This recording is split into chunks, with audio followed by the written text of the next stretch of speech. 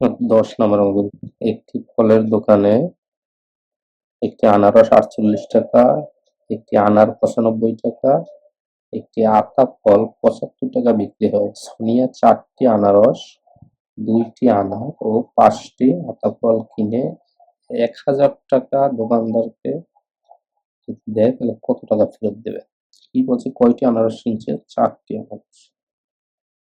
4টি আনারস কত টাকা করে? 48 টাকা। তাহলে 48 গুণ 4 সমান 48 গুণ 4 192 টাকা। একটি আনার, 2টি আনার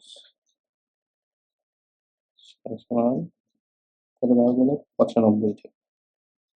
95 গুণ 2 সমান 190 টাকা। 5টি আতা ফল, 5টি আতা ফল কত টাকা করে? 75 টাকা। 75 গুণ 5 সমান 375 টাকা। তাহলে সে মোট কত টাকার বাজার করছে? মোট মোট কত টাকা করে? 5 আর 2, 5 আর 2 7,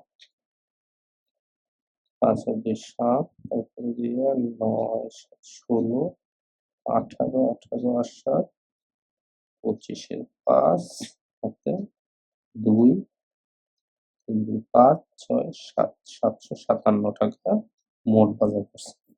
তাহলে দোকান দিছে, দোকানদার ফেরত দিবে কত? 1000 টাকা দিছে কত? আর 757। তাহলে 757, 243 টাকা। তো 243 টাকা। ঠিক আছে।